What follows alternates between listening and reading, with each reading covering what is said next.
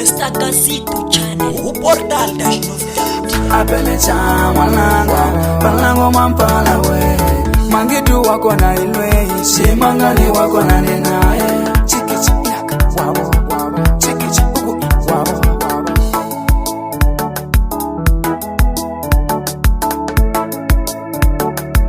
Banana on the beat. Nilivarila misama ingwa yuchikele bala kuna mali janeru lwe na kuwe mapana vati kwela mina so dance. Nilivarila misama ingwa yuchikele bala kuna mali janeru lwe na kuwe mapana vati kwela mina so dance.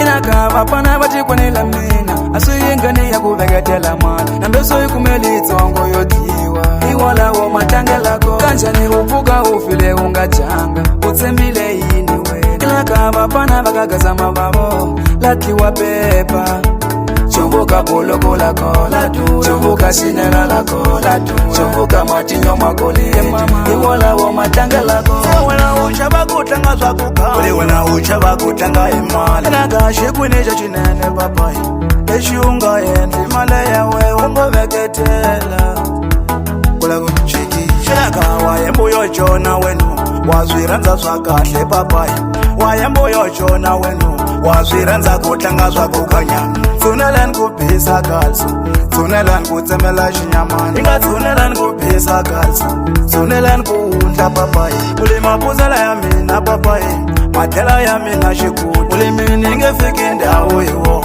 mangeni yisindawo papai senili imana nga kubyela swakunipuzela kufamba papai imana nga kubyela swakunipuzela kufamba papai elalana lotliwa pepe kakaso lotliwa pepe mwana mama elalana lotliwa pepe kakaso lotliwa pepe mwana mama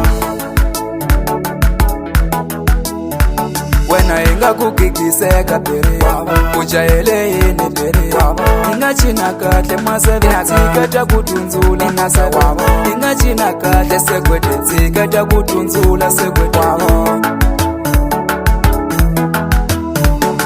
namelogos vakumava magwendere vakuchava kushava phela lezo shava zvanyika vapuza alai vafana valeka ya kakaso felele utafonga janga vafana valeka ya babusa felele utafonga twanga kutsaka vafana valeka ya bakumachoni kumbe maka ya sofano vafana vobusa pelalana kuna time nambe pakati kalembe sobusa elalana lotliwa pepe kakaso lotliwa pepe mwana mama elalana lotliwa pepe kakaso lotliwa pepe mwana mama Mr. Casito Channel, o portal das novidades.